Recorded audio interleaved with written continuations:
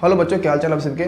आज हम पढ़ेंगे ट्रायंगल के बारे में। ट्रायंगल कितने प्रकार के होते हैं और ट्रायंगल का एरिया पेरीमीटर क्या क्या होता है, क्योंकि सभी बच्चों को एरिया जो होता है ट्रायंगल का एक ही याद होता है उनको, 1/2 बेस गुना हाइट। उनको यही फॉर्मूला याद होता है और कोई नहीं। तो हम पहले ये जानेंगे कि ट्रायंगल कितने प्रकार के होते हैं। आओ देखते हैं। ट्रायंगल हमारे पास कितने प्रकार के होते हैं? 6 प्रकार के होते हैं। ठीक है, कौन कौन सा ट्रायंगल? इक्विलैटरल ट्रायंगल, जिसको हम हिंदी में बोलते हैं समबाहु त्रिभुज। और समबाहु त्रिभुज का तीनों साइड्स बराबर होते हैं। ठीक है, तीनों साइड जैसे ये चीज ये बराबर होंगे। ठीक, अब दूसरा जो है हमारे पास है स्केलन ट्रायंगल, जिसको हिंदी में बोलते हैं विषम बाहु, और तीनों साइड अलग अलग,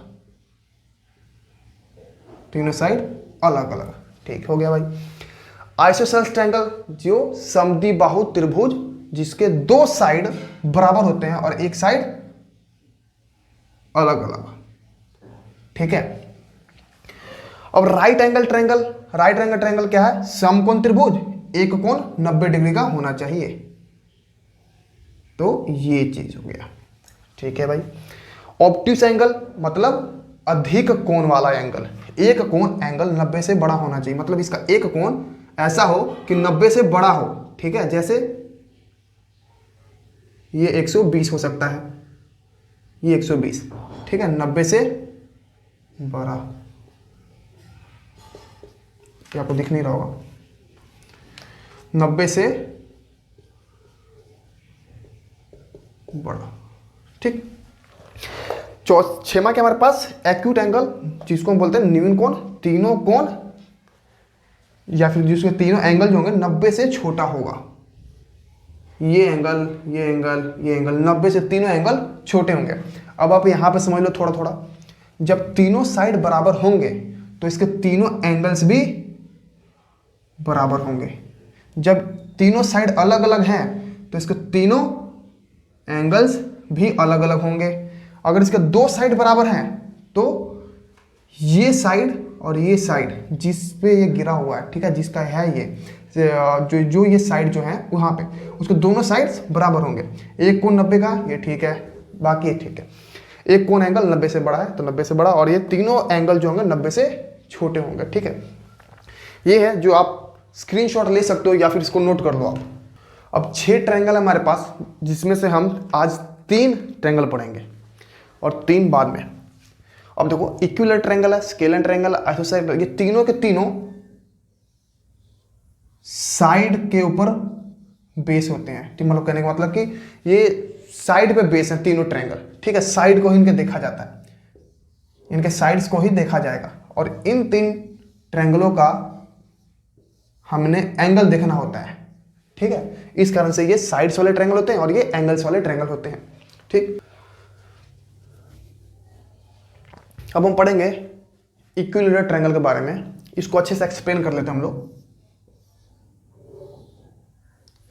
हमने क्या पढ़ा था इक्विलैटरल ट्रायंगल में कि तीनों के तीनों साइड बराबर होते हैं और तीनों के तीनों एंगल भी बराबर होते हैं। क्यों? कि जब तीनों साइड जब बराबर हैं तो तीनों एंगल भी बराबर होंगे। ठीक है, इसका ये रूल था। इसका हमारे पास पेरीमीटर क्या हो सकता है? मान लो यहां से लेके मैंने ए मान लिया, ये भी ये होगा क्योंकि साइड तो तीनों इक्वल ही हैं। तो पेरीमीटर क्या होगा? यहां से मैंने चलना शुरू किया ए, फिर यहां पे चला, फिर ये चला, पूरा कंप्लीट किया। तो पूरा कंप्लीट होने से पहले मैंने क्या चला? ए, दूसरा, फिर तीसरा, फिर से जोड़ के कितना आ गया हमारे पास? 3। ये पेरीमीटर हो गया। इसका एरिया क्या होगा? √3/4 ए का स्क्वायर। ये अच्छे से आप याद कर लो, बहुत बढ़िया इंपॉर्टेंट आपको बताया मैंने भाई।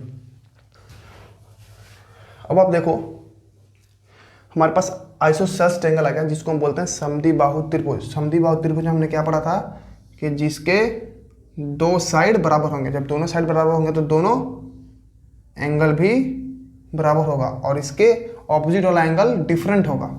ठीक है, जैसे यहां से ये मान लो ये 5 है तो ये भी 5 ही होगा। ठीक है कि नहीं? और ये एंगल अगर मान लो 70 है तो ये भी 70 होगा, पर ये 40 होगा। अगर ये 5 है, ये 5 है, तो ये अलग होगा, मान लो ये 10 होगा, ठीक है नहीं। पर ये दोनों सेम होंगे और ये दोनों एंगल भी इसके सेम होंगे। इसका फॉर्मूला क्या है हमारे पास एरिया का? अगर मान लो मैं यहाँ से ये परपेंडिकुलर गिरा दूँ, जिसको बोलते हैं हिंदी में लंब गिरा दूँ, तो इसका फॉर्मूला क्या होगा? 1/2 बेस गुना हाइट। अच्छा, बेस कौन सा इसमें से? जिसके ऊपर गिरा है, ठीक है। ये परपेंडिकुलर किसके ऊपर गिरा है? बीसी के ऊपर गिरा है ना, तो ये बेस हो जाएगा। और गिरा कौन सा है? ये परपेंडिकुलर, तो ये परपेंडिकुलर हो जाएगा, ठीक है। 1/2 बेस गुना हाइट, इसको हिंदी में बोलते हैं 1/2 आधार गुना लंब, ठीक है। ये हो गया हमारे पास। अगर बाय चांस हमें इसमें लंब ना दिया हो, सीधी ट्रायंगल दिया हो, तब क्या करोगे? तब इसका एरिया कैसे निकालोगे आप लोग? तब देखो आप, इसका एरिया फॉर्मूला है b/4 a square minus b का स्क्वायर, ये फॉर्मूला, ठीक है। तो हमारे पास ये फॉर्मूला है, हमारे पास b/4 4a स्क्वायर माइनस का b का स्क्वायर।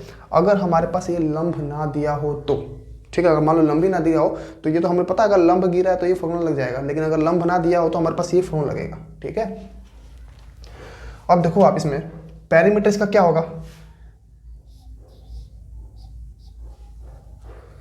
ये अलग है, डिफरेंट है, 10 है, ये 5 है, 5 है, ठीक है। इसको मान लेते हैं हम लोग b, ये हो गया a, तीनों साइड का जोड़ a प्लस b, ठीक है। इसका ये होगा पेरीमीटर। a को जोड़ तो क्या हो जाएगा? 2a plus b। वैसे हम अगर नंबर की भाषा में देखें तो हमारे पास पेरीमीटर क्या निकल के आएगा? 10 5 15, 15 5 20, ठीक है। ये होगा। तीसरा जो है हमारे पास, देखो आप लोग, स्केलन ट्रायंगल, विषम बाहु ट्रायंगल। इसका रूल हमने क्या पढ़ा था कि तीनों के तीनों साइड अलग अलग होंगे, ठीक है। जैसे ये हो जाएगा 5, ये हो जाएगा 6, ये हो जाएगा 7, अलग अलग, ठीक है। इसके एंगल्स भी अलग अलग होंगे, ठीक है। अब देखो हमारे पास ये तीनों के तीनों साइड और एंगल भी डिफरेंट डिफरेंट होंगे, ठीक है ना, डिफरेंट डिफरेंट होंगे। अब हमारे पास देखो इसका पेरीमीटर क्या होगा?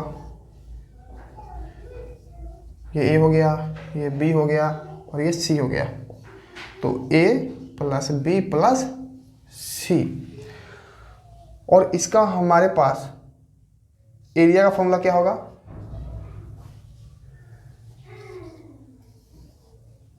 s minus a s minus b s minus c। इस एरिया के फॉर्मूले को हम बोल देते हैं हीरोस फार्मूला भी बोल देते हैं, हीरोस फॉर्मूला, ऋतिक रोशन वाला, ठीक है। और ये हमारे पास ये आ गया। अब देखो, अब आपको पता ही लगेगा कि भाई ये s कहाँ से आया। s का मतलब है सेमी पेरीमीटर, सेमी पेरीमीटर। इस सेमी पेरीमीटर क्या है? इस सेमी पेरीमीटर इस पेरीमीटर का हाफ होता है। तो पेरीमीटर क्या है? a प्लस बी प्लस सी। इसका हाफ कर देंगे तो क्या हो जाएगा? ये सेमी पेरीमीटर हो गया, ठीक है। a क्या है? जो हमने ये लिया है। b क्या है? साइड। c क्या है? साइड, ठीक है। इसमें अगर मैं लंब गिरा दूं तो देखो ये लंब भी हो गया और ये बेस हो गया। तो इसका हम एक फॉर्मूला और बना सकते हैं, एरिया 1/2 बेस गुना हाइट, जो हर बच्चा यूज करता है। पर लंब उसके अंदर गिरा होना चाहिए, ठीक है कि नहीं? ये लंब गिरा होना चाहिए। अगर लंब गिरा ही ना दिया हो तो फिर फॉर्मूला ये लगेगा। बच्चों के दिमाग में से यही एक फॉर्मूला होता है और कोई फॉर्मूला नहीं होता, ठीक है। तो इसको आप अच्छे से देखो और समझो ट्रायंगल्स के बारे में, क्योंकि बेसिक नॉलेज है और बहुत बच्चों को बेसिक नॉलेज नहीं पता होती है। मुझे भी नहीं पता था, पर धीरे धीरे करके हमें आ गया। सरकारी स्कूल के छात्र हैं, ठीक है। तो आप ये लोग देखो, और जो बाकी 3 रह गए हैं उसको हम लोग बाद में करेंगे, ठीक है, नेक्स्ट डे।